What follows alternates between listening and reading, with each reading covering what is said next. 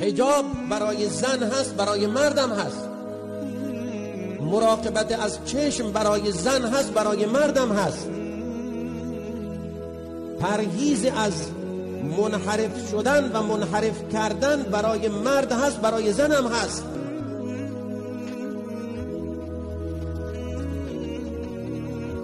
و الله سبحانه و تعالی این دستورات رو در تقارن با هم دیگر در قرآن فرموده.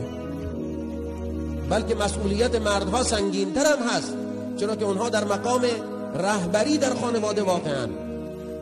رهبری که خود مفسد باشد، رهبری که خودش ملحد باشه، رهبری که خودش منحرف باشه، خودش چشم چران باشه، خودش دنبال ناموس مردم هست، بعد انتظار داره که خانواده او در امان باشد از سوء استفادهگران. این امکان نداره. این انتظار نابجایی